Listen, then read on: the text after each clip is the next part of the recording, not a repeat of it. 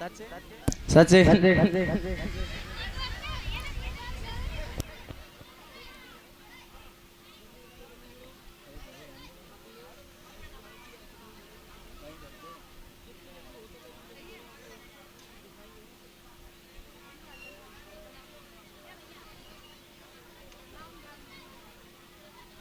श्राद्ध हैं तो सोचा कि बारे दुनिया के लोगों इंद्र की कोई पद्मी है, थोड़ा सा ये हवन करके जिसने इंद्रासन क्या पा लिया और हमने उन्हें अपना सर्वस्व समझ लिया। कि मोहन ने सोचा लोगों को कुछ असल तत्व का ज्ञान नहीं, अंधी गति चले जा रहे हैं, सच्चे पथ की पहचान नहीं, हमको दूसरे बहाने से सत्य की ओर ले जाना है, दुनिया की अंधी राह से सत्य का मार्ग दर्शाना है।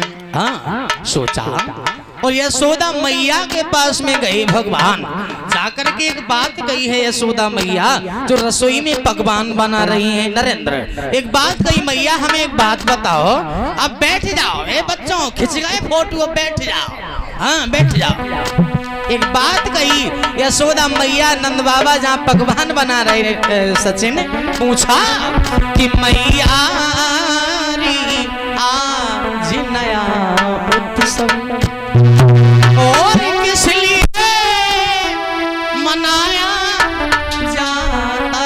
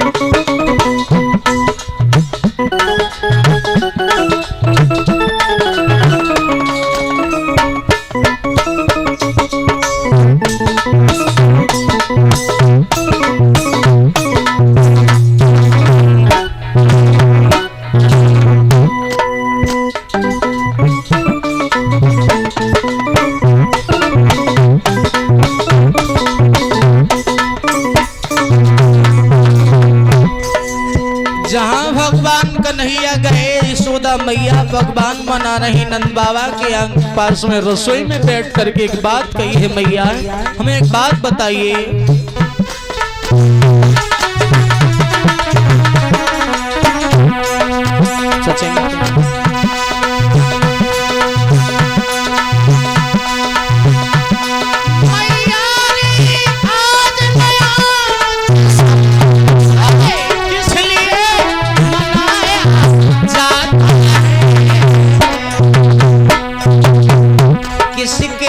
स्वागत सत्कारों को और सामान सजाया जाता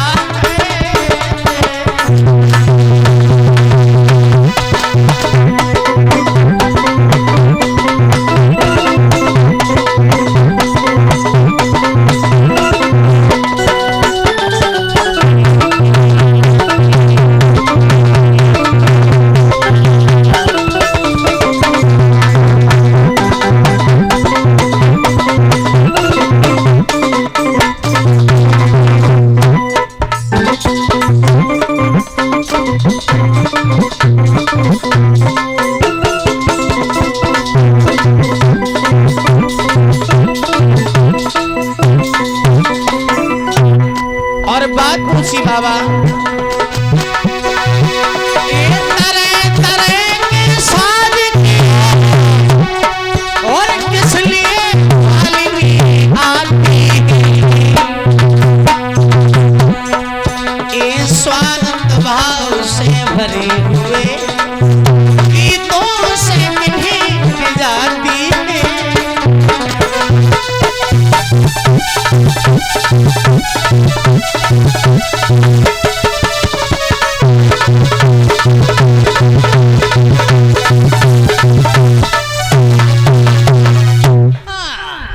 यशोदा तो चुप ही रही, बोले बाबानंद तुम्हें नहीं मालूम है बेटा यादव चंद, जिनके हाथों में हम सबका आजीवन पालन पोषण है, इस कार्तिक कृष्ण चतुर्दश को उन इंद्रदेव का पूजन है।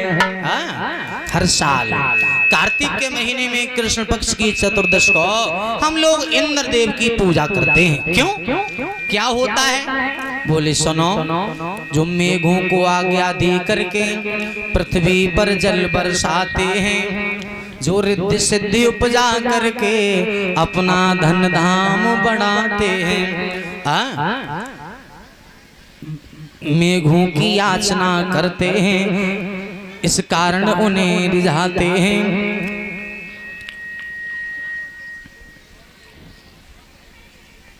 ब्रजवासी उन्हें मनाए को रिझाए को उत्सव हर साल मनाते हैं। ब्रजवासी उन्हें मन रिझाने के लिए हर साल उत्सव मनाते हैं, क्योंकि इंद्र प्रसन्न होकर के जल की बारिश करेंगे तब हरी भरी घास उत्पन्न होगी, हमारे खेतों में अनाज पैदा होगा। इसलिए जवाब दिया बाबा, बस इसीलिए। बोले हाँ। कहने लगे खैर कोई बात नहीं, इंद्र की पूजा, इंद्र हमारे लिए सब कुछ नहीं है, इंद्र से भी ज्यादा खास हमारे लिए कोई और है। बोले कौन? इंद्र से पूजन से वैसे हमको कोई इनकार नहीं, इंद्र के पूजन से वैसे हमको कोई इनकार नहीं, यदि उन्हें विशेषता देते हो तो उनका कोई अधिकार नहीं। क्यों? बोले थोड़ा सा यज्ञ हवन करके जिसने इंद्रासन पाया है, हमने अपनी मूर्खता से फिर उसे इष्ट ठहराया है।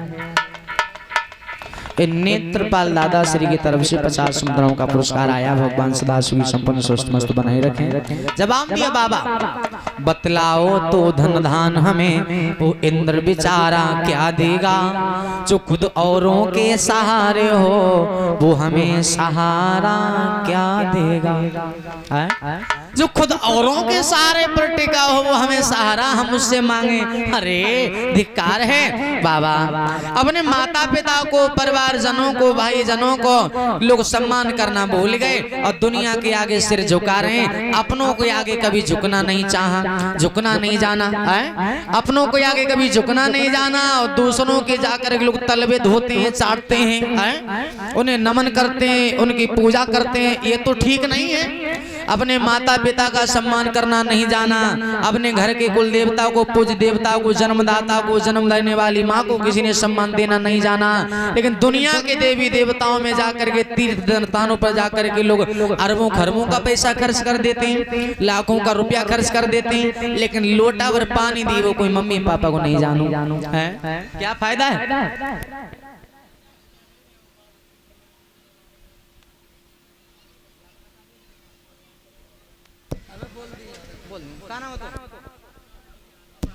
नेत्रपाल सिंह जी की तरफ से 50 बना रहे हैं।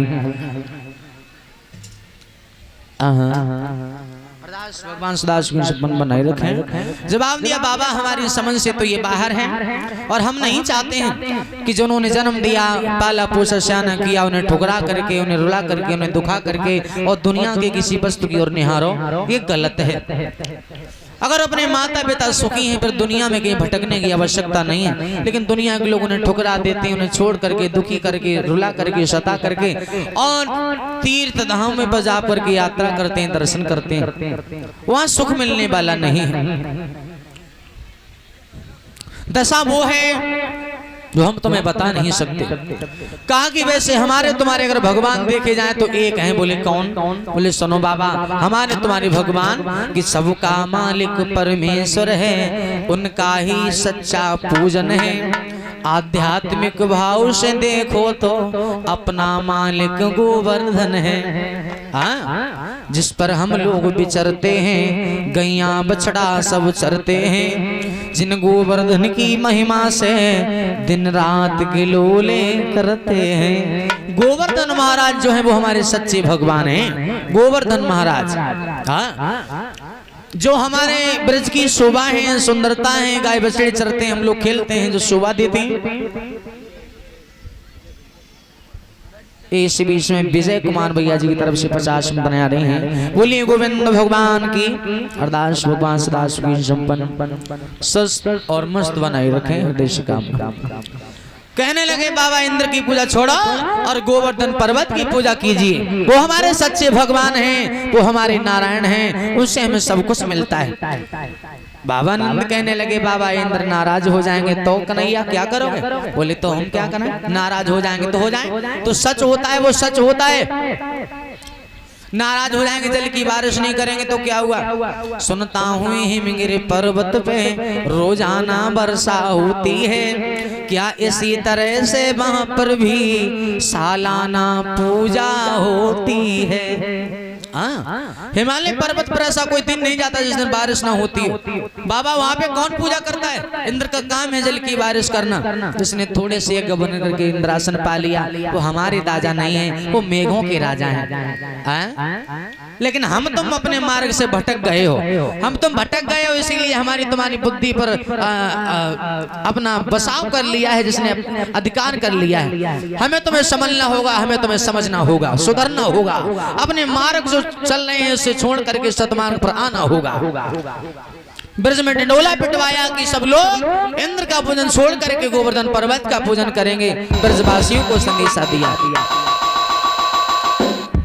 अब सब ब्रजवासी वो गोपिकाएं ग्वाल बाल शंकीर मदन दामा सदामी नगर में डंडोला पीट रहे। सब ब्रज की गोपिकाएं अपने अपने पकवान लेकर के उस ब्रज से गोवर्धन पर्वत की ओर जिस वक्त लेके चले हैं, आगे आगे भगवान कन्हैया, नंद बाबा, यशोदा मैया, और पीछे से सब गोपिकाएं अपने अपने पकवान मिष्ठान ले करके सुंदर सुंदर गीतों से रिझाते गाते बजाते जा रहे।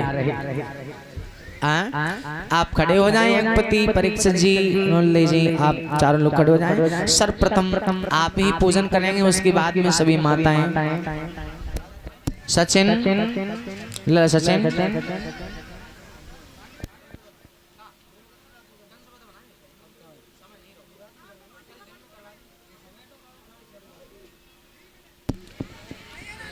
और एक एक करके माताएं आएंगी, सब लोग एक साथ में नहीं आएंगे। पूजन करके अपनी जगह पर बैठते जाएं। सचिन